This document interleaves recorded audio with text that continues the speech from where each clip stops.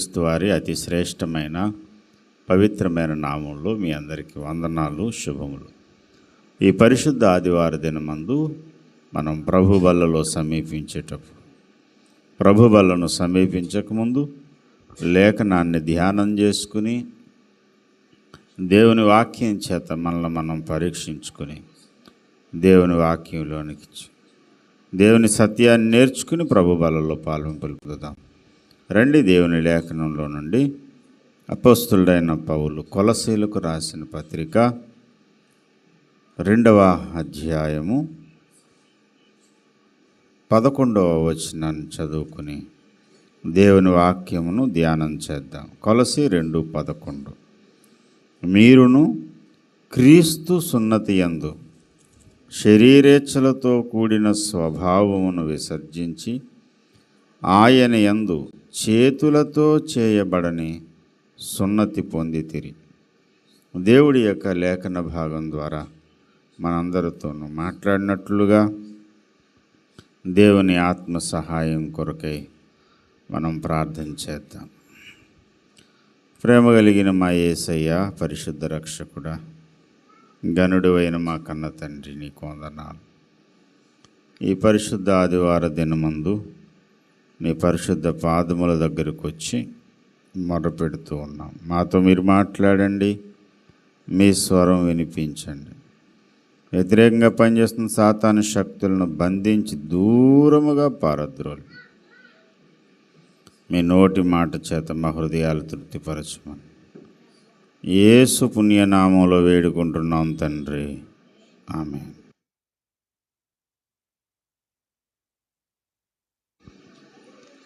ప్రభునందు ప్రియమైన దేవుని బిడ్డలారా, చదవబడినటువంటి వాక్య భాగం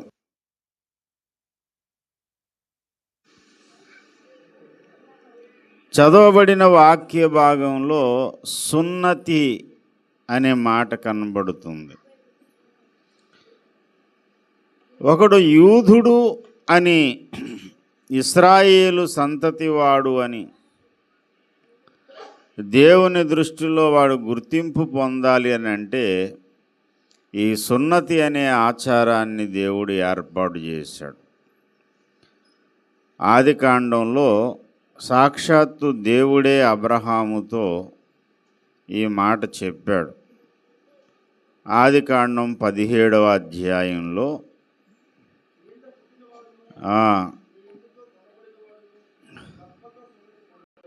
తప్పకుండా ఏ మాత్రం ఎగ్జామ్షన్ అనేది లేకుండా 23వ వచనంలో, అప్పుడు అబ్రహాము తన కుమారుడైన ఇస్సాకును తన ఇంట పుట్టిన వారందరినీ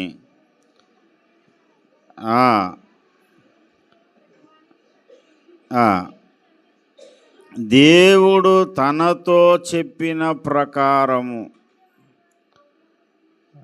సున్నతి పొందిరి, సున్నతి చేశాను, గోప్యాంగ చర్మమునకు సున్నతి పొందాను. ఇది దేవుడు నిత్య నిబంధనగా పెట్టాడంట. 14వ వచనం,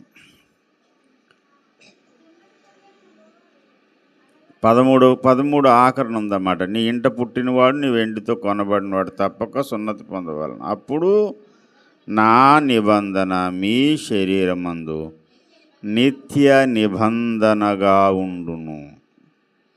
అది నిత్య నిబంధన. 7వ వచనంలో కూడా అదే మాట అన్నాడు, నేను నీకును నీ తర్వాత నీ సంతానమునకును దేవుడునై ఉండునట్లు నాకును నీకును నా నిబంధన నిత్య నిబంధనగా స్థిరపరిచేదన. నేను నిత్య నిబంధనగా, కొన్ని రోజులుండి ఆగిపోయే నిబంధన కాదు ఇది. దేవునికి దేవుని ప్రజలకు మధ్యలో ఉండవలసినటువంటి ఈ కట్టుబాటు, ఈ నిబంధన ఏదైతే ఉందో అది నిత్య నిబంధన. ధర్మశాస్త్రంతో ముడిపడిన నిబంధన కాదు ఇది. ధర్మశాస్త్రము కంటే ముందే, అప్పటికి ఇంకా మోషే లేడు, ఇజ్రాయేలు జాతి యావత్తు ఆవిర్భావం అనేది జరగలేదు. కేవలం మూల పురుషుడగు అబ్రహాము తప్ప ఎవరు లేరు. అప్పుడు దేవుడు చెబుతున్నాడు, నీ గోప్యాంగ చర్మమునకు సున్నతి చెయ్యాలి, అది నీకును నాకును మధ్య నిబంధనగా ఉంటుంది. ఏ నిబంధన అది? నిత్య నిబంధన. ఒకవేళ సున్నతి పొందనటువంటి వాడు ఎవడైనా ఒకవేళ మీలో ఉంటే వాడు ఇశ్రాయేలీయుల నుండి కొట్టివేయబడతాడు. వాడు ఇశ్రాయేలీయుడు కాడు, వెండితో కొనబడ్డాడు, ఇంట్లో దాసుడిగా ఉన్నాడు. అయినా సరే వాడు కూడా సున్నతి పొందాలి. ఈ మాట మనుషుడు ఏర్పాటు చేసిన మాట కాదు, సాక్షాత్తు దేవుడే పెట్టినటువంటి నిబంధన. ఈ నిత్య నిబంధన క్రొత్త నిబంధన వచ్చిన తర్వాత కొట్టివేయబడలేదు. మీరు కొంచెం జాగ్రత్తగా దాన్ని ఫాలో అవ్వాలి. నిబంధన నిత్య నిబంధన అయినప్పుడు కొత్త నిబంధన వచ్చిన తర్వాత పాత నిబంధన కొట్టివేయబడడం అనేది కాదు. అసలు ఏం జరిగింది అంటే, క్రొత్త నిబంధనలో దాని యొక్క అసలే అర్థము, అంతరార్థం ఏదో అది నెరవేరింది. బాహ్యమైన సున్నతి పోయి అంతరంగమందు సున్నతి జరిగింది. అది జరుగుతుంది అంతే తప్ప సున్నతి అనేది పూర్తిగా తీసి అవతల బారేయలేదు దేవుడు. అప్పుడు సున్నతి పొందిన వారు ఉన్నారు, ఇప్పుడు సున్నతి పొందిన వారు ఉన్నారు. అసలు సున్నతి పొందకపోతేనే మహా దేవుని దృష్టిలో పాపం అవుతుంది. అయితే అప్పట్లో ఇశ్రాయేలీలలో పురుషులు మాత్రమే 8వ నాడ 8 రోజులు బిడ్డను తీసుకెళ్ళి సున్నతి చేసేవారు. ఇప్పుడు పురుషుడని స్త్రీ అని భేదం లేదు, అందరికీ సున్నతి జరగాలి. జరగవలసిన ప్లేస్ మారిందంతే. అపోస్తలుడైన పౌలు రోమీయులకు రాసిన పత్రిక 2వ అధ్యాయము, రోమాపత్రిక 2వ అధ్యాయము 28వ వచనము 29వ వచనం చదవండి. నేను ఎన్నోసార్లు చెబుతున్నాను, ఒకరు మైకులో చదవండి. నేను తెలుగులోనే చెప్తుంటాను, కానీ మీకు తెలుగులో అర్థం కాదు. కాబట్టి ఏదన్నా భాష ఏమన్నా ఉంటే మీ భాష చెప్పండి, ఆ భాష నేర్చుకుని నేను ఆ భాషలో చెప్తాను. చదవగలిగిన వాళ్ళు చక్కగా ఒక మైక్ తీసుకోండి, ఆ మైక్లో చదివితే లైవ్లో వెళ్ళిన వాళ్ళు కూడా వింటారు. అంతే తప్ప మైక్ లేకుండా చదవకూడదనేది పాపం ఏం కాదు. నేను ఇది చెప్తుంటే ఎన్నోసార్లు చెబుతున్నాను.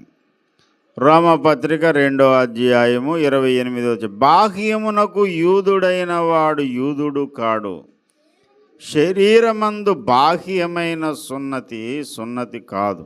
అయితే అంతరంగమందు యూదుడైన వాడే యూదుడు. మరియు సున్నతి హృదయ సంబంధమైనదై ఆత్మయందు జరుగునదే గాని అక్షరము వలన కలుగునది కాదు. అట్టి వానికి మెప్పు మనుషుల వలన కలుగదు. ప్రియమైన దేవుని బిడ్డలారా, దేవుని వలన మెప్పు పొందేది ఎప్పుడు అంటే అంతరంగమందు సున్నతి జరిగినప్పుడు. బాహ్యమందు దేహంలో జరిగే సున్నతి కానే కాదు అనేసాడు. ఎక్కడ జరగాలంట? అంతరంగమందు సున్నతి. సేమ్ ఇలాంటి ఈక్వేషన్ కూడా చెప్తాను బైబిల్లో. అదేంటంటే, ధర్మశాస్త్రము కంటే ముందే ఉన్నటువంటి నిత్య నిబంధన మరొకటి ఉంది.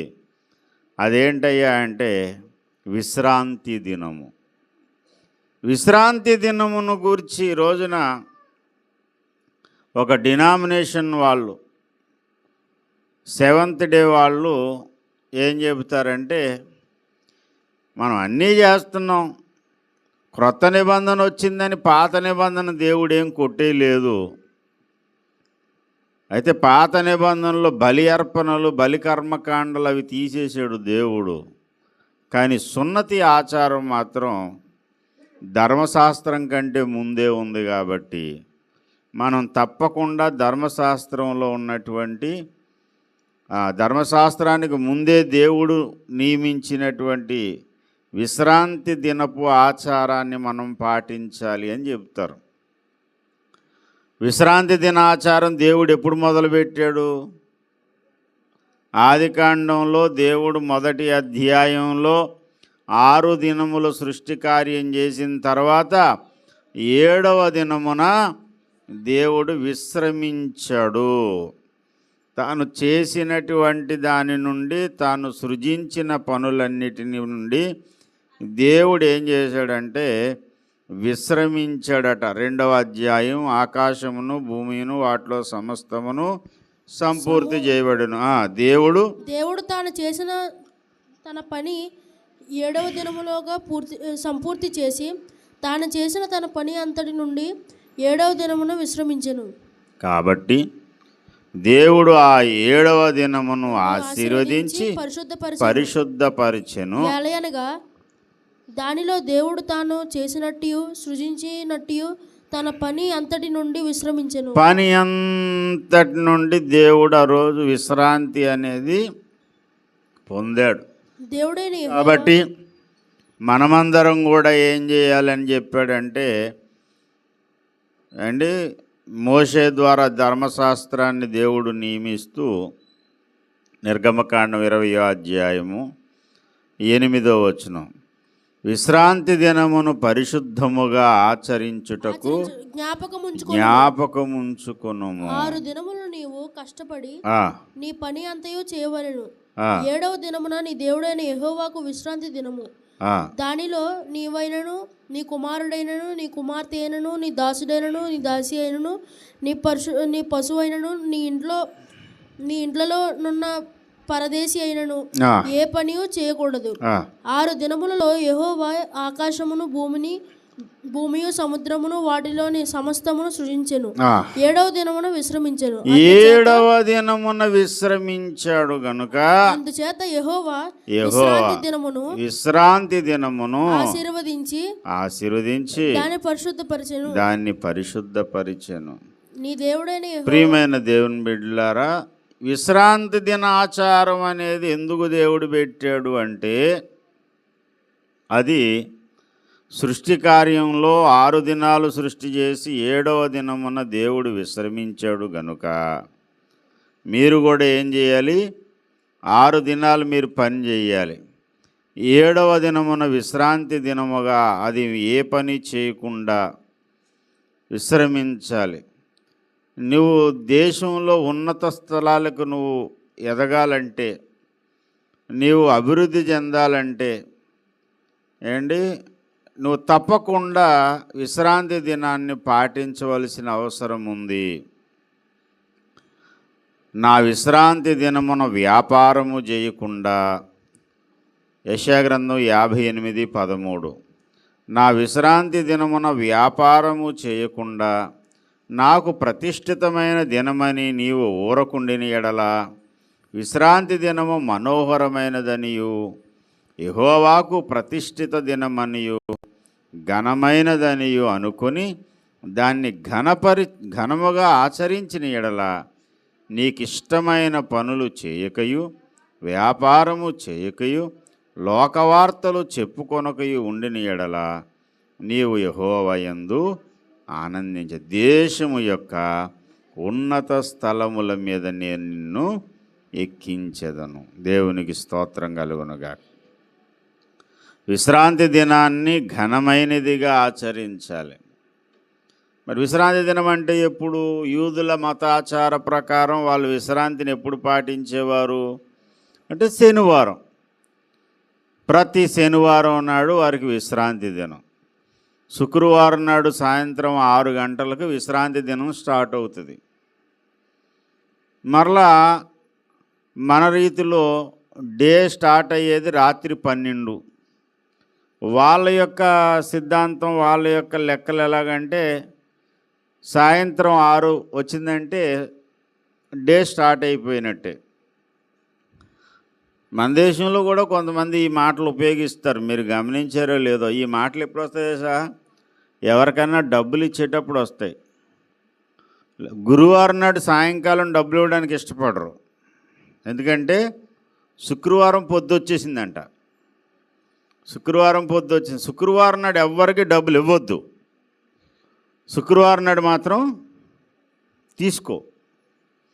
మంగళవారం నాడు కూడా శుక్రవారం మంగళవారం డబ్బులు ఎవరికి ఇవ్వద్దు. ఒకవేళ ఇచ్చావనుకో వెళ్ళిపోద్ది ఇంట్లోంచి అని ఒక నమ్మకం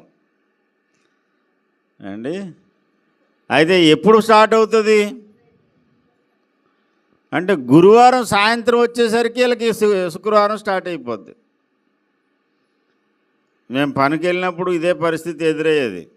వాడి దగ్గర ఎన్ని డబ్బులు ఉన్నా సరే శుక్రవారం పొద్దు వచ్చింది నేను ఇవ్వనండి కూడా.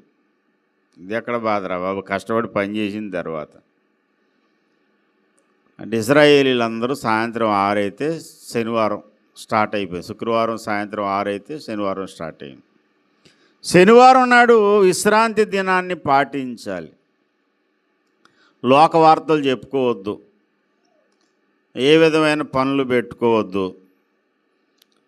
ఏమైనా మీరు పంట పండించుకోవాలనుకుంటే ముందు రోజే, వండుకోవాలనుకున్నా ఏం చేయాలనుకున్నా ముందు రోజే దాన్ని సిద్ధం చేసుకోవాలి. విశ్రాంతి దినాన్ని మాత్రం మీరు తీరిగ్గా కూర్చోవాలి. ఇది దేవుడు నియమించినటువంటి నియామకం. నిర్గమకాండం 16వ అధ్యాయంలో కూడా వీళ్ళు మన్నా దారిలో వీళ్ళు ప్రయాణంలో ఉన్నప్పుడు మన్నా కూర్చుకునే సమయానికి కూడా విశ్రాంతి దినమును గూర్చిన ఆచారం దేవుడు ఏర్పాటు చేశాడు. 16వ అధ్యాయము నిర్గమకాండం 16వ అధ్యాయము 29వ వచనం. 28 చదివినందుకు యెహోవా మోషేతో ఇట్లనెను, మీరు ఎన్నాళ్ళ వరకు నా ఆజ్ఞలను నా ధర్మశాస్త్రమును అనుసరించి 26 నుంచి చదువుతారు, ఇంకా క్లియర్గా ఉంటుంది. 6 దినములు దాన్ని కూర్చుకొనవలెను. విశ్రాంతి దినమున అనగా 7వ దినమున అది దొరకదనెను. అట్లు జరిగెను. ప్రజలలో కొందరు 7వ దినమున దాన్ని కూర్చుకొని వెళ్ళగా వారికి ఏమీ దొరకకపోయెను. అందుకు యెహోవా మోషేతో ఇట్లనెను, మీరు ఎన్నాళ్ళ వరకు నా ఆజ్ఞలను నా ధర్మశాస్త్రమును అనుసరించి నడవనలరు? చూడుడి, నిశ్చయముగా యెహోవా ఈ విశ్రాంతి దినమున ఆచరించుటకు సెలవిచ్చెను గనుక 6వ దినమున 2 దినముల ఆహారము మీకు అనుగ్రహించబడుచున్నది. ప్రతివాడును తన చోటు నిలిచి ఉండవలెను. 7వ దినమున ఎవడును తన చోట నుండి బయలు వెళ్ళకూడదనెను. ఇది దేవుడు చెప్పిన 7వ దినమున ప్రజలు విశ్రమించిరి. ఇది దేవుడు విధించిన విధి. ఒకవేళ ఈ విధి, ఈ క్రమాన్ని ఒకవేళ పాటించకుండా ఆజ్ఞను అతిక్రమిస్తే దానికి శిక్షను కూడా దేవుడు ప్రకటించాడు. ఏదన్నా ఒక ఆజ్ఞ వచ్చిందనుకోండి, చెప్పిన మాట చెప్పినట్టుగా వినేటువంటి వారు తక్కువ ఉంటారు. చెప్పిన మాట ఎందుకు మనం వినాలి? చెప్పాడు కాబట్టి మనం అలా చేయకూడదు. చెప్పకపోతే బాగానే ఉన్నాం, చెప్పాడు కాబట్టి చేయకూడదు. ఆయన చెప్పింది మనం ఎందుకు చేయాలి అనే వంకర బుద్ధి కొంతమందికి ఉంటుంది. అలాంటి వాడు ఒకడు సంఖ్యాకాండం 15వ అధ్యాయంలో 32వ వచనంలో, ఇశ్రాయేలీయులు అరణ్యంలో ఉన్నప్పుడు ఒకడు విశ్రాంతి దినమున కట్టెలు ఏరుట చూసి, వాడు కట్టెలు ఏరుట చూచిన వారు మోషే యొద్దకును అహరోను యొద్దకును సర్వ సమాజం యొద్దకు వారిని తీసుకుని వచ్చిరి. వానికి ఏమి చేయవలనో అది విశదపరచబడలేదు గనుక వారిని కావలిలో ఉంచిరి. తరువాత యెహోవా ఆ మనుష్యుడు మరణశిక్షను అందవలను. సర్వ సమాజమును పాలెము వెలుపల రాళ్లతో వారిని కొట్టి విశ్రాంతి దినము పాటించకపోతే మరణశిక్ష విధించాడు. విశ్రాంతి దినాన్ని పాటించిన వాడిని దేశము యొక్క ఉన్నత స్థలాల్లో నేను నిలబెడతానన్నాడు. విశ్రాంతి దినం అనేది మోషేతో ప్రారంభం కాలేదు, దేవుడే దానిని నియమించి పరిశుద్ధపరిచాడు. కాబట్టి మనం ఈ రోజున విశ్రాంతి దినాన్ని పాటించాలి. అది ఎందుకంటే అది నిత్య నిబంధన. ఇది సెవెంత్ డే అడ్వెంటిస్ట్ వాళ్ళ యొక్క సిద్ధాంతం. అదే పట్టుకుని తర్వాత ఏదో యెషువా మెస్సియా అనేటువంటి సిద్ధాంతం ఉంది. వాళ్ళు కూడా యెషువా మెస్సియా వాళ్ళు కూడా విశ్రాంతి దినాన్ని పాటిస్తారు. తర్వాత యెహోవా సాక్షులు కూడా విశ్రాంతి దినాన్ని పాటిస్తారు. వీళ్ళందరూ చెప్పే పాఠం ఒకటే, ఏంటంటే విశ్రాంతి దినాచారం అనేది దేవుడు నియమించాడు, దాని పరిశుద్ధమైనదిగా ఆచరించమని చెప్పాడు, కాబట్టి మనం ఆచరించాలి. ఎందుకంటే అది కొట్టివేయబడని నిత్య నిబంధనగా దేవుడు చేశాడు. మరి అదే తీవ్రతతో ధర్మశాస్త్రం కంటే ముందు వచ్చిన సున్నతి కూడా పొందాలి. మరి సున్నతి పొందుతావంటే సున్నతి పొందరు. సున్నతి అనే నియమము తీసేశాడు దేవుడు. మరి విశ్రాంతి దినం అనే నియమం ఎందుకు తీయలేదు? విశ్రాంతి దినం అనే నియమం ఇంకా నిలిచుందా అంటే, క్రొత్త నిబంధనలోనికి వచ్చినప్పుడు విశ్రాంతి దినం అనే నియమము కూడా నెరవేర్పు జరిగిపోయింది.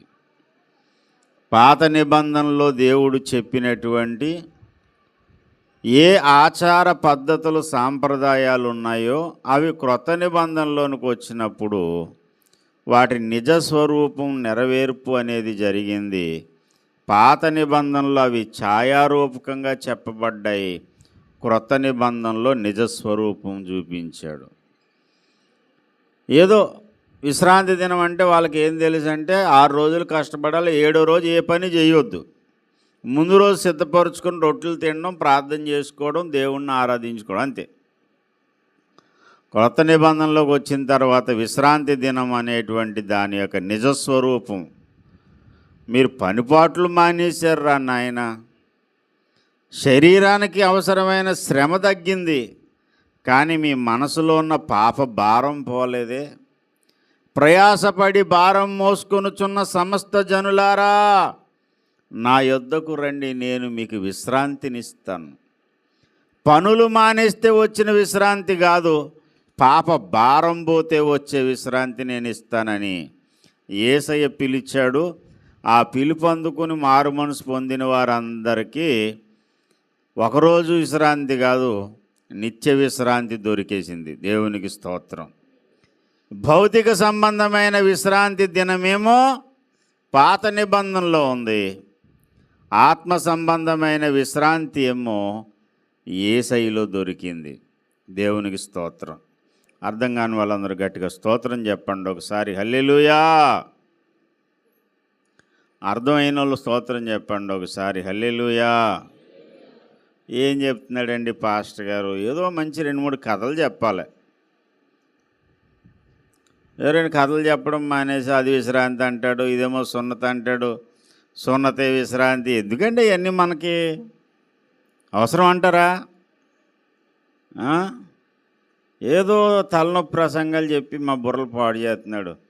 సుమ్మా అంట ఆదివారం నాడు వచ్చి ఏదో కూర్చుంటున్నాం, కాసేపు ఏసీ ఎట్టి ఏదో 2 కథలు చెప్తే హ్యాపీగా నిద్రపోయి విశ్రాంతి పొందుతాం. దేవుడు విశ్రాంతి దినం ఇవ్వడం కాదు, ఇక్కడ విశ్రాంతి లేకుండా చేసేస్తున్నాడు పాస్టర్ గారు అని సనుక్కుంటారని నేను అనుకోవట్లేదు. అలా సనుక్కుండే వాళ్ళు అయితే ఎప్పుడో 4 గంటలకు ఎప్పుడో లేచి 6 గంటలు అయ్యేసరికి ఇక్కడ పరిగెత్తుకుని వచ్చారంటే, ఇంత దూరాలు భారం అనకుండా పరిగెత్తుకుని వచ్చారంటే మీరు అలా సనుక్కునే బ్యాచ్ అయితే కాదని నా నమ్మకం. అవునంటారా కాదంటారా? అవునా కాదా? ఏం కాదు ఏటవును. మా లోకంలో ఉండకండి అమ్మా. ఒకసారి స్తోత్రం చెప్పండి అందరూని. హల్లెలూయా, హల్లెలూయా. ఒరే మీ ముగ్గురికి ఏం సంబంధం లేదురా? ఇంత పెద్దోళ్ళు మీసాలు వచ్చి తల్ల పండిపోయిన వాళ్ళు అందరూ చేతులు పైకెత్తారు, మీకేమైందిరా? చేతులు పైకెత్తి స్తోత్రం చెప్పండి ఒకసారి. హల్లెలూయా, హల్లెలూయా, హల్లెలూయా, హల్లెలూయా. స్తోత్రం. నేనేం చెబుతున్నాను అంటే, దేవుడు సున్నతి అనే ఆచారం పాత నిబంధనలో పెట్టాడు.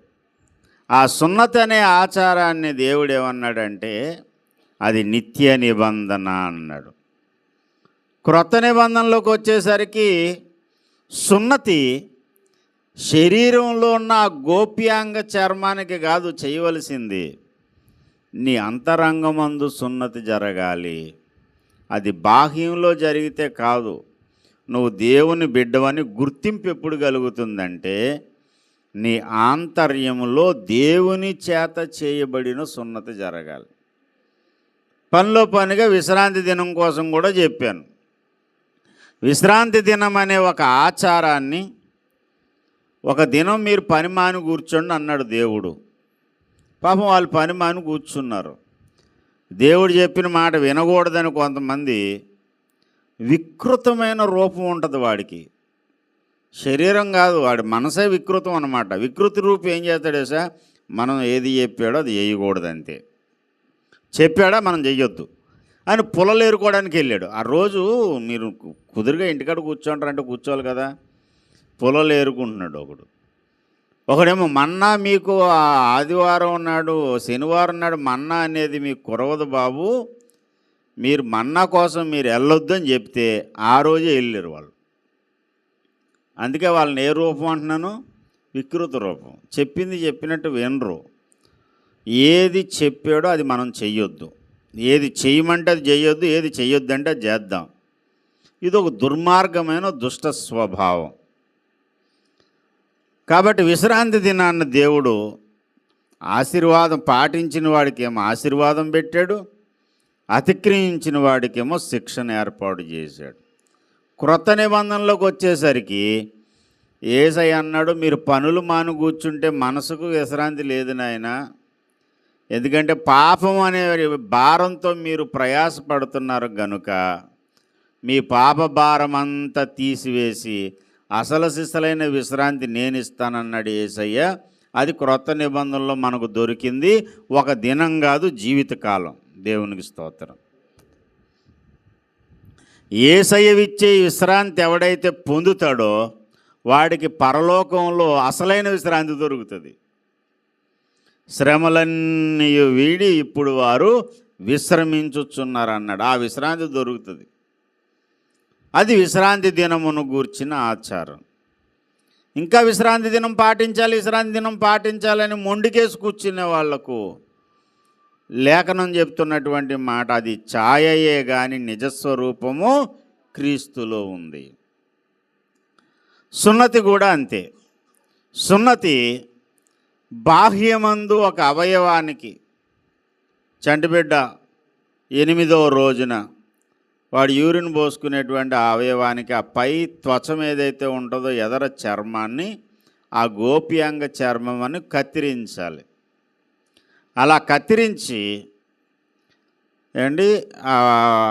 ఆ దినాన్నే వాడికి పేరు కూడా పెడతారు.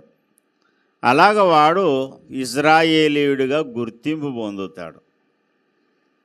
క్రొత్త నిబంధనలోకి వచ్చేసరికి అన్నాడు యేసయ్య ఏమన్నాడంటే, బాబు ఈ శరీరంలో సున్నతి చేసినంత మాత్రాన సరిపోలేదు. ఈ సున్నతి ఎక్కడ జరగాలంటే నీ అంతరంగంలో జరగాలి. అంతరంగంలో ఏం చేయబడాలి అంటే శరీరేచ్ఛలతో కూడిన మీ అంతరంగ స్వభావము అన్నాడు. శరీరేచ్ఛలతో కూడినటువంటి అంతరంగ స్వభావానికి చికిత్స జరగాలి. కొలసీ పత్రిక 2వ అధ్యాయము 11వ వచనం మనం చదువుకున్న మూలవాక్యం అదే.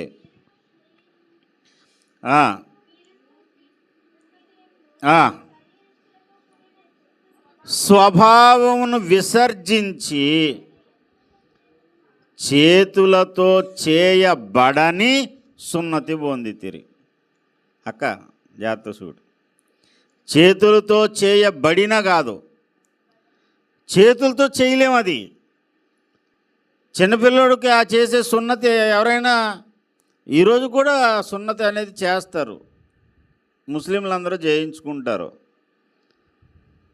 అది చేతులతో చేసే సున్నతి.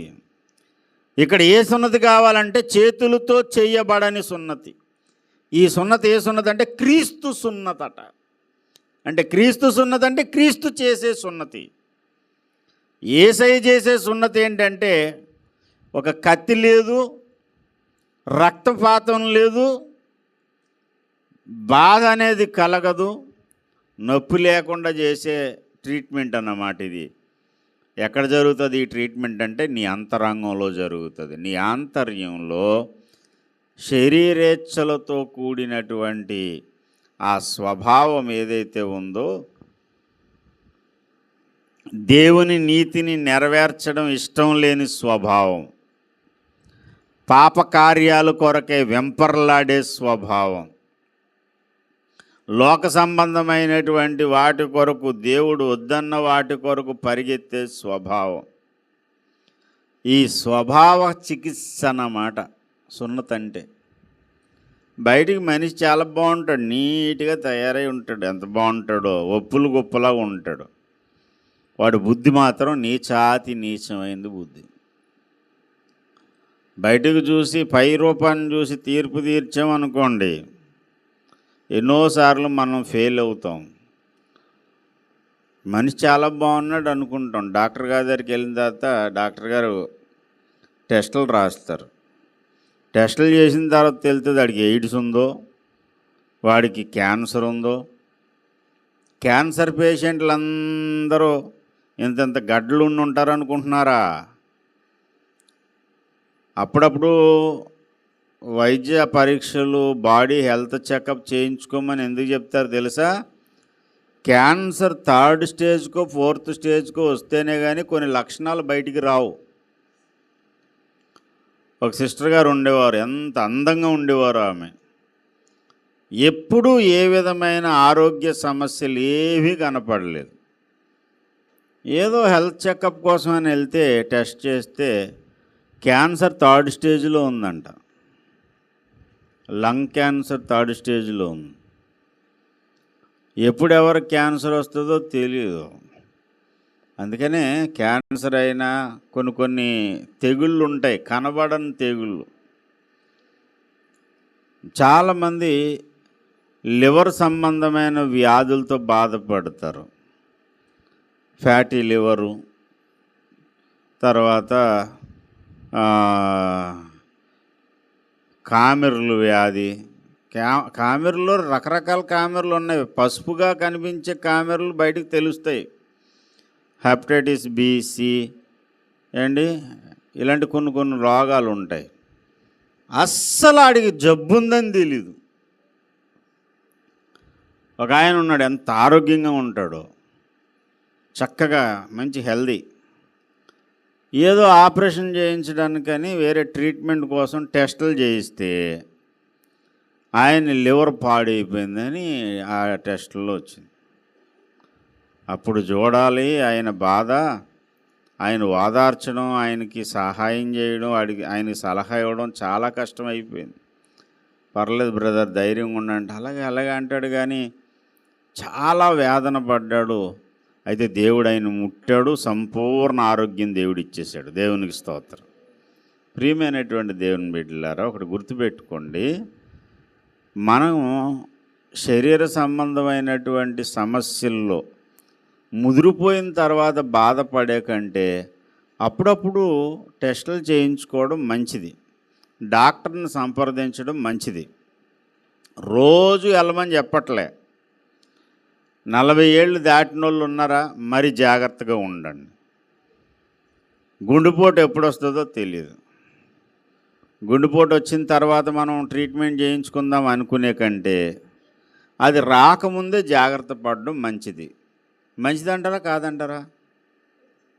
ఊరకండి పాస్టర్ గారు, మీరు చెప్తుంటే మాకు లేనిపోయిన భయాలన్నీ వచ్చేస్తున్నాయి అంటారా? భయపెట్టాలని చెప్పట్లేదు. అప్పుడప్పుడు నీ గుండె పదిలం చూసుకో. ఒకసారి గుండె డాక్టర్ దగ్గరికి వెళ్ళి బీపీ ఎంత ఉందో, షుగర్ ఎంత ఉందో, హార్ట్ బీట్ ఎలా కొట్టుకుంటుందో ఒక ఈసీజీనో. 40 ఏళ్ళు దాటే కదా, హెల్త్ చెకప్ చేయించుకోండి. బయటికి బాగానే ఉంటారు, బయటికి చాలా ఆరోగ్యంగానే కనిపించవచ్చు, లోపల నీకు తెలియని సమస్యలు ఎన్నో ఉండొచ్చు. అలాగే మనిషి బయటికి చాలా అందంగానే కనబడతాడు, మంచి మాటలు ఎంత బాగుంటాయో, కానీ వాడి స్వభావం మాత్రం శరీరేచ్ఛలతో కూడిన స్వభావం కొంతమందిది, మూఢత్వంతో కూడిన స్వభావం కొంతమందిది, వికృత స్వభావం, దేవునికి ఇష్టం లేని ప్రాచీన స్వభావము. దీనిని దేవుడు ఏం చేస్తాడంటే సున్నతి చేసిన రోజున కత్తిచ్చుకుని కోసి అనవసరమైన ఆ త్వచం ఏదైతే ఉందో దాన్ని తీసి అవతల బారేసినట్టు ఏ ఏ శరీరేచ్ఛలు దేవుని నీతిని నెరవేర్చకుండా దేవుని చిత్తానికి వ్యతిరేకంగా నిన్ను నడిపిస్తున్నాయో వాటిని కోసి అవతల బారేస్తాడు. దేవునికి స్తోత్రం కలుగునుగాక. హల్లెలూయా. ఇలాగ ఎప్పుడైతే నీ జీవితంలో జరుగుతుందో అప్పుడు నీ మీదున్న అవమానము దొర్లించబడుతుంది. అప్పటి వరకు నువ్వు అవమానభరితుడవే. అవమానము దొర్లించబడుట, సున్నతి చేయబడ్డం అంటే అవమానము దొర్లించబడుట. యెహోషువ గ్రంథము 5వ అధ్యాయము 9వ వచనం. యెహోషువ గ్రంథము 5వ అధ్యాయము 9వ వచనం. కాబట్టి ఆ సమస్త జనము పొందుట తీరిన తరువాత తాము బాగుపడు వరకు పాలెములోని తమ చోట్లో నిలిచిరి. అప్పుడు యెహోవా, నేడు నేను ఐగుప్తు అవమానము మీ మీద నుండకుండా దొర్లించి వేసి ఉన్నాను. మీ మీద నుండకుండా దొర్లించి, ఏం దొర్లించాడు? అవమానమును దొర్లించి వేశాడు. కాబట్టి ఆ చోటుకి ఏమని పేరు వచ్చిందంటే గిల్గాలు అని పేరు వచ్చింది. గిల్గాలు అనే మాటకు అర్థం ఏంటంటే దొర్లింపబడుట. ఒక మాట మీకు 3 దినాలుగా ఒక మాట చెబుతున్నాను మీకు. ఏలియా వంటి అభిషేకం, ఏలియా లాంటి రోషం, ఏలియా యొక్క పవర్, ఆ శక్తి కలిగినటువంటి సేవకుడు ఎవరంటే ఎలీషా. ఏలియా మీద ఉన్నటువంటి ఆత్మ ఎవరి మీదకి వచ్చిందని చెప్పుకున్నారు? ఎలీషా మీదకి వచ్చిందని చెప్పుకున్నారు. నిన్న రాత్రి కూడా చెప్పాను. ఏలియాను చూసి ఎలీషా ఏమన్నాడంటే, నా తండ్రి ఇజ్రాయేలు వారికి రథములను రౌతులు నీవే కదా అన్నాడు. సేమ్ అదే మాట ఎలీషాను గూర్చి ఇశ్రాయేలు రాజు అన్నాడు, నా తండ్రి ఇజ్రాయేలు వారికి రథమును రౌతును నీవే. అంటే ఏలియాని ఎంత గౌరవించారో అంతటి గౌరవము ఎవరికి దక్కింది? ఎలీషాకి దక్కింది. ఎలీషాకి ఎంత గౌరవం దక్కిందో అంతే గౌరవం గెహజీకి దక్కిందా? లేదు. శిష్యుడే, పేరైతే బాగానే ఉంది. కేర్ ఆఫ్ అడ్రస్ అంటే ఎలీషా తాలూకు అండి.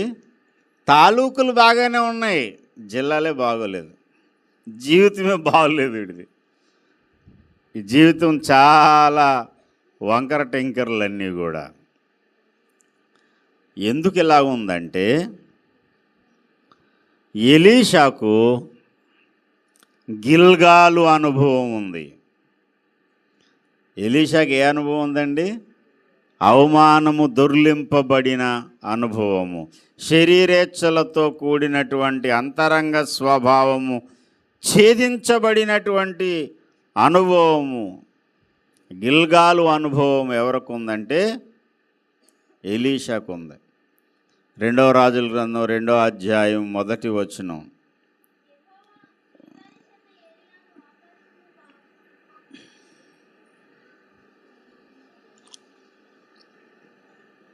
చదువమ్మా 2వ అధ్యాయం. చేత ఏలియాను ఆకాశమునకు ఆరోహణం చేయింపబో కాలమున ఏలియాయు ఎలీషా కూడా గిల్గాలు నుండి వెళ్ళుచుండగా ఏలియా, యెహోవా నన్ను బేతేలునకు పొమ్మని సెలవిచ్చుచున్నాడు గనుక దయచేసి ఇక్కడ ఉండుమని. ఎక్కడి నుంచి వెళ్ళుచుండగా? గిల్గాలు నుండి వెళ్ళుచూ ఉండగా నన్ను బేతేలుకు వెళ్ళమని చెబుతున్నాడు.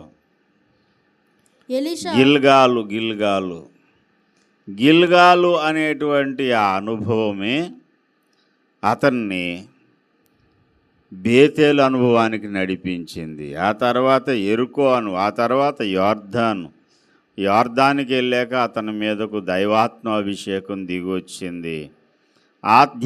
ఆత్మపూర్ణుడై ఏలియా యొక్క శక్తి, ఏలియా యొక్క బలము కలిగిన వాడుగా ఇశ్రాయేలు ప్రజల్లో గొప్ప నాయకుడిగా గుర్తింపబడ్డాడు. ప్రియమైనటువంటి దేవుని బిడ్డలారా, ఇది నాన్న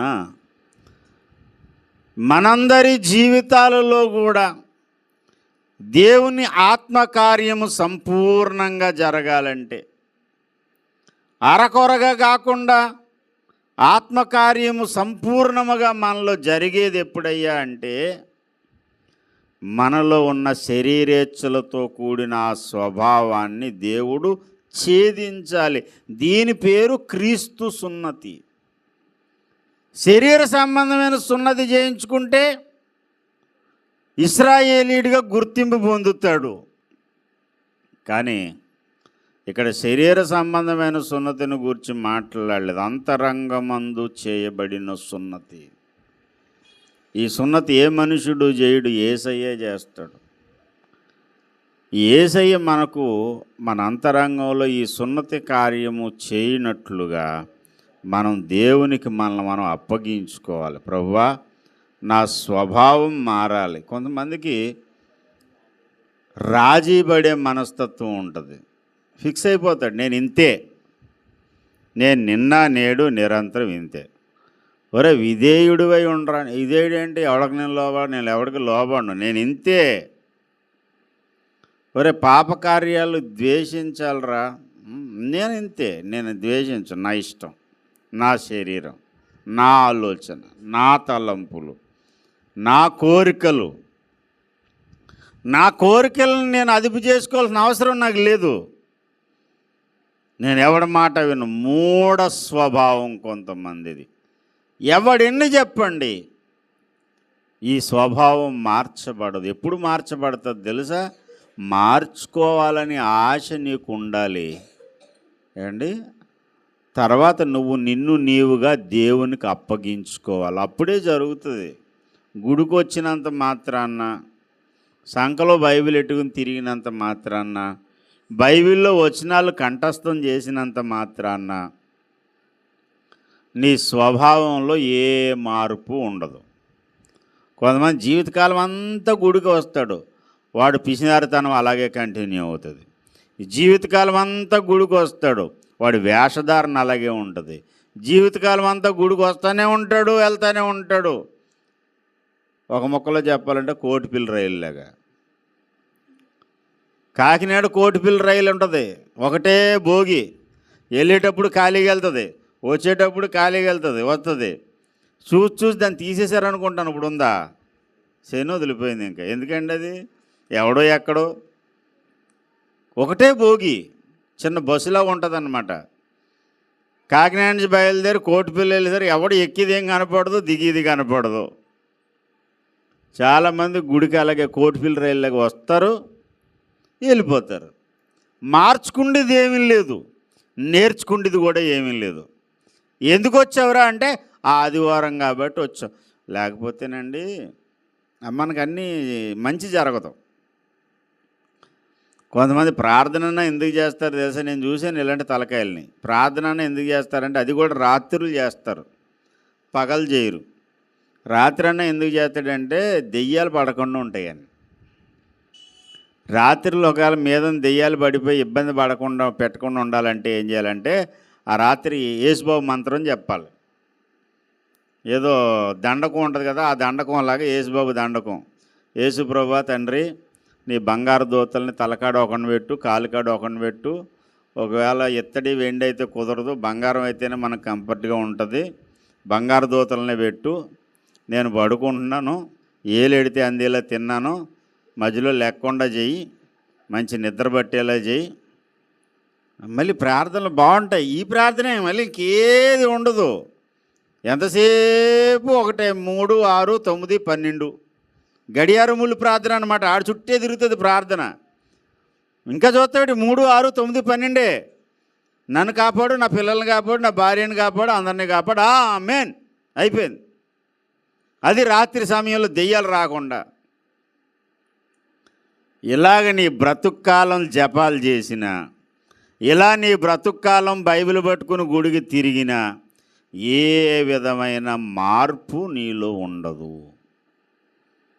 అంతరంగ స్వభావం మార్పు చెందేది నిన్ను ఆత్మదేవుడు దర్శించినప్పుడు, నీ అంతరంగంలో ఛేదన కార్యం జరిగినప్పుడు.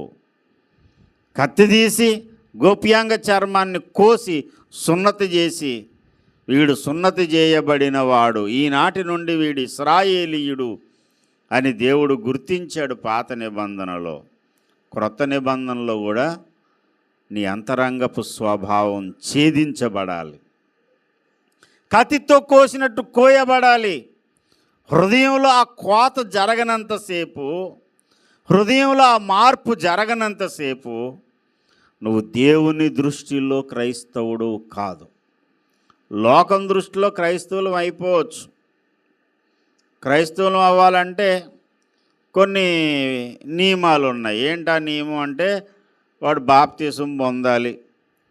కొన్ని చర్చిల్లో అయితే చిన్నప్పుడే వాడికి జ్ఞానస్నానం తీసుకెళ్ళి తండ్రి కుమార పరిశుద్ధాత్మ నామున నీళ్లు 3 సార్లు చిలకరిస్తారు, అయిపోయింది.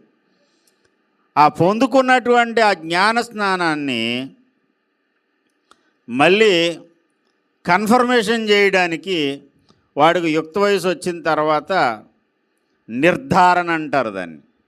ఈ నిర్ధారణ చేయాలంటే అప్పుడు ఏం చేయాలంటే అపోస్తుల విశ్వాస ప్రమాణం చెప్పాలి, తర్వాత పరలోక ప్రార్థన చెప్పాలి, 10 ఆజ్ఞలు చెప్పాలి. ఇవి కంఠస్థం చేసి ఫాదర్ గారి ముందు నిలబడి, అండి యెహోవా దేవుడు అద్వితీయ దేవుడని నమ్ముచున్నాను, ఆయన కుమారుడైన క్రీస్తును నమ్ముచున్నాను, పరిశుద్ధాత్మను నమ్ముచున్నాను. తర్వాత అలాగా లోదర్ గారు చెప్పారు విశ్వాస ప్రమాణం. ఆ విశ్వాస ప్రమాణం అంతా చెప్పాలి. ఆ తర్వాత 10 ఆజ్ఞలు చెప్పాలి. 10 ఆజ్ఞలు ఎంతమందికి వచ్చి 10 ఆజ్ఞలు? 10 ఆజ్ఞలు క్రమం తప్పకుండా చెప్పగలరా?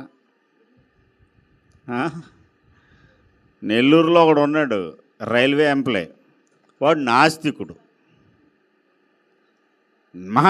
దేవుడిని నమ్మడు, కానీ పాస్టర్లను ఇబ్బంది పెడతాడు. వాడు పాస్టర్లను ఎంతలా ఇబ్బంది పెడతాడంటే, ఒకసారి పెళ్లి చేయడానికి పాస్టర్ గారు వచ్చాడంట. ఆ వేదిక దగ్గరికి వెళ్ళి పాస్టర్ గారిని అడుగుతున్నాడు, నీకు 10 ఆజ్ఞలు వచ్చా అని. పాస్టర్ గారిని 10 ఆజ్ఞలు వచ్చా అంటే 10 ఆజ్ఞలు రాకుండా పాస్టర్ అయిపోతాడా? అయితే పాస్టర్ అయిపోయాడు, కానీ పాపం ఆయనకి గుర్తు లేదు. 10 ఆజ్ఞలు ఒక ఆర్డర్లో కరెక్ట్గా చెప్పడం ఆయన గుర్తు లేదు.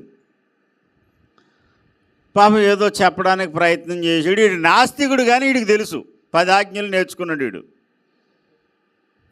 ఇంకా అందరి ముందు అన్నాడంట, నువ్వేం పాస్టర్ అయ్యా, 10 ఆజ్ఞలు రాలేనుడు, నువ్వేం పాస్టర్? కాబట్టి అలాంటి దెబ్బలేం తగలకుండా ఉండాలంటే 10 ఆజ్ఞలు నేర్చుకోండి.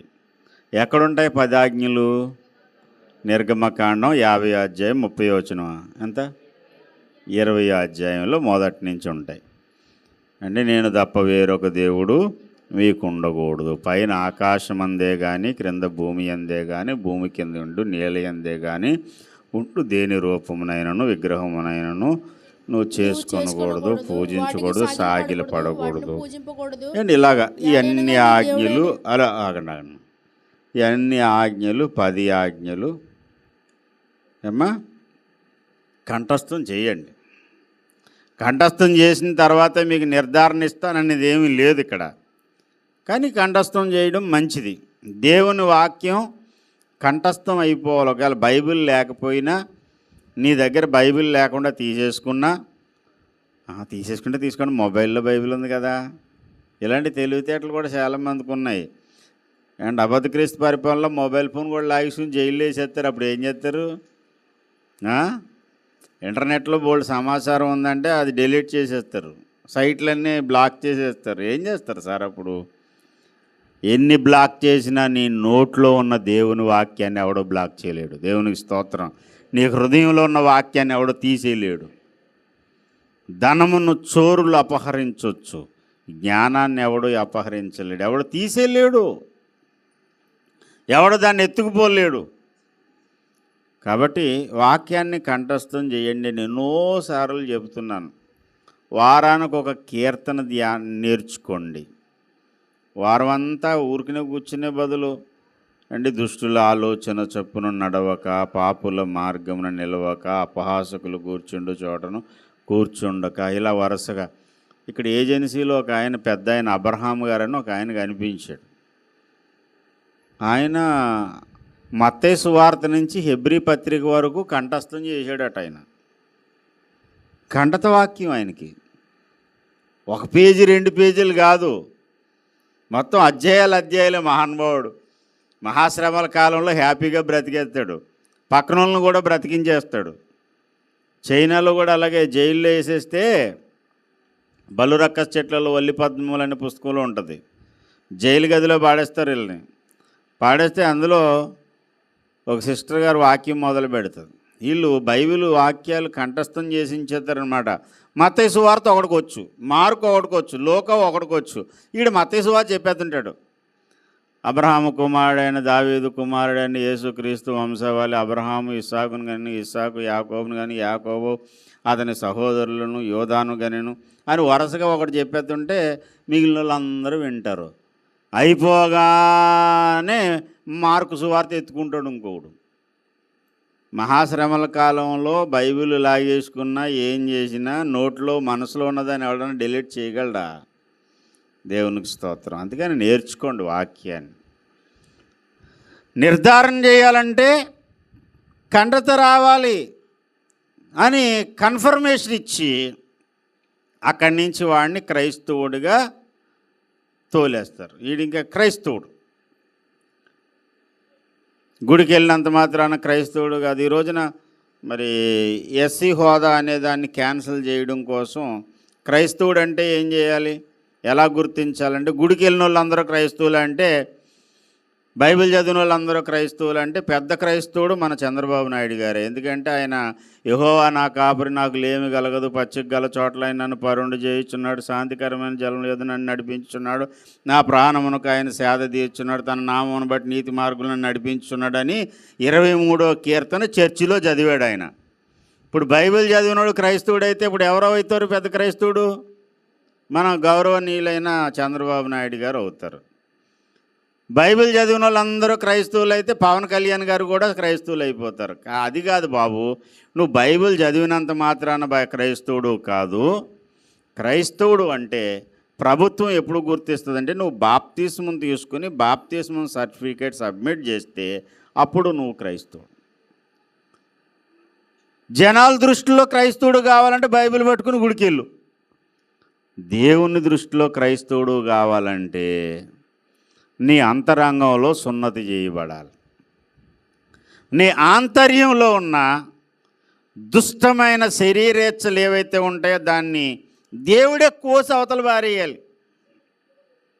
మనం చాలాసార్లు అనుకుంటాం, ఈ రోజు నుంచి మనం చాలా పెర్ఫెక్ట్గా ఉండిపోవాలి, మంచి భక్తులు అయిపోవాలి. తాగుబోతాడు ప్రతిరోజు అనుకుంటాడు, భార్య మీద ఒట్టేస్తాడు, పిల్లల మీద ఒట్టేస్తాడు, అమ్మా ఈ రోజు నుంచి నేను తాగను, నీ మీద ఒట్టు. సాయంకాలం ఇంటికి వచ్చేసరికి ఒట్టి తీసి గొట్టు మీద ఎడతాడు. తాగకూడదు అనుకుంటాడు, కానీ ఫ్రెండ్స్ ఏమంటారు, రే మన ఫ్రెండ్షిప్ పాడేసుకుంటావా, నా కోసం రా, నేను ఇప్పించున్నాను, ఈరోజు తాగేసి మళ్ళీ ఇంకెప్పుడు తాగొద్దు, నేను కూడా మానేస్తాను, మన బంధం మన ఫ్రెండ్షిప్ అంటాడు. ఈడిగంట పచ్చి తాగిపోతే అవతలోడు. ఇద్దరు కలిపి తాగి తాగి తాగి తాగి తాగి ఊగుతా జోగుతా ఇంటికి వస్తారు. భార్య పిల్లలు మళ్ళీ అడిగితే, ఏమ్మా ఈరోజు మా ఫ్రెండ్ కోసం తాగాను, రేపు ఎట్టి పరిస్థితుల్లో ఇంకా తాగను. తాగుబోతాడు ప్రతిజ్ఞలాగా అయిపోయింది ఈనాడు క్రైస్తవుల ప్రతిజ్ఞ. ఈ రోజు నుంచి నేను ఇంక ఏ తప్పు చేయను, ఇంకా ప్రభు బల్లో ఇప్పుడు పాల్పంపులు పొందేస్తున్నాను, ఇంకా అంతే, ఇంకా ఈ రోజుతోటి ఇంకా దట్సాలు ఇంకా అయిపోయింది. ఇంకా ఎట్టి పరిస్థితుల్లో ఈ మెట్లు దిగ్గానే ఆ ప్రసంగం ఎటుపోయిందో, చేసుకున్న తీర్మానం ఎటుపోయిందో, ఆశలు ఏమైపోయాయో, ఆకాంక్షలు ఏమైపోయాయో, తీర్మానాలు ఎటు వెళ్ళిపోయాయో. తుఫాను తీరం దాటిందన్నట్టు తీర్మానాలు తీరం దాటేస్తున్నాయి. పరిస్థితులన్నీ దారుణం. నా ప్రియమైన దేవుని బిడ్డలారా, దీని అంతటికీ పరిష్కారం ఒకటే సార్. నీ స్వభావం, నీ బుద్ధి మార్చగలిగిన దేవునికి నిన్ను నీవు అప్పగించుకో, కప్పుకోవద్దు. చాలామంది బాగుపడకపోవడానికి కారణం ఏంటంటే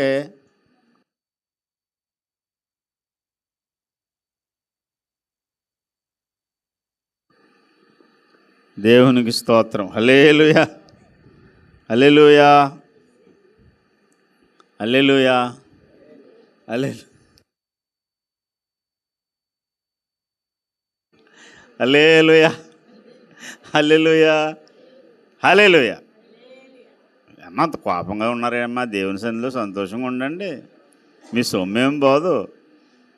వారి నోటి నిండా నవ్వు ఉందట. దేవుని సన్నిధిలో నవ్వుతూ సంతోషంగా ఉండాలి. హల్లెలూయా. ఒరే ఏంట్రా పేనం పోయిన వేపనోళ్ళకి ఏంటది? స్తోత్రం చెప్పోసారి. హల్లెలూయా. రెండు చేతులు పైకి స్తోత్రం చెప్దాం. హల్లెలూయా, స్తోత్రం. ప్రియమైన దేవుని బిడ్డలారా,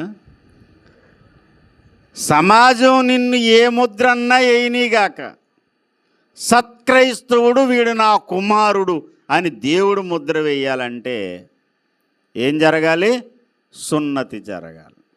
ఎక్కడ జరగాలి సున్నతి? అంతరంగంలో జరగాలి. ఈ అంతరంగంలో సున్నతి ఎవరు చేయాలి? యేసయ్యే చేయాలి. అందుకనే దానికి ఏ సున్నతి అని పేరు వచ్చింది? క్రీస్తు సున్నతి. ఈ క్రీస్తు సున్నతి ఎవరికి జరుగుతుంది అంటే, తన స్వభావాన్ని తాను కవర్ చేసుకుంటూ నేను ఇంతే అనుకున్నవాడికి ఏనాడు మార్పు అనేది జరగదు. దేవుడు ఎవరిని మారుస్తాడు, ఎవరి జీవితంలో సున్నతి కార్యం చేస్తాడు అంటే, తమ్మును తాముగా దేవునికి అప్పగించుకుని, ప్రభువా నా బుద్ధి మంచిది కాదయ్యా, నేను మారాలనుకుంటున్నాను కానీ మారలేకపోతున్నాను, నా ఆలోచనలు సరిగా లేవు, నా బుద్ధి సరిగా లేదు, ఈ వంకర బుద్ధి నాలో నుంచి తొలగించండి. దైవజనులు ముంగుమూరు దేవదాసయ్య గారు పాడినట్టు, నన్ను దిద్దుము చిన్న ప్రాయము సన్నుతుండగు నాయనా, నన్ను దిద్దయ్యా, నన్ను నేను సవరించుకోలేకపోతున్నాను, నన్ను నేను మార్చుకోలేకపోతున్నాను, నా వల్ల కావడం లేదు, నన్ను మార్చడం నీ వల్లే అవుతుంది అని దేవునికి నిన్ను నీవు అప్పగించుకుంటే, ఆయన నీలోనున్న దుష్ట స్వభావాన్ని కత్తిరించి కోసి అవతల పారేస్తాడు. అసలు సున్నతి జరుగుతుంది. ఆ రోజు నుంచి నీవు క్రైస్తవుడు. దేవునికి స్తోత్రం. ఆ రోజు నుంచి నువ్వు క్రీస్తు బిడ్డవు.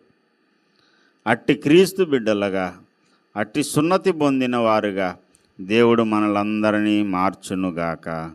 అంతరంగమందు చేయబడిన అసలైన సున్నతి మనలో జరుగునుగాక.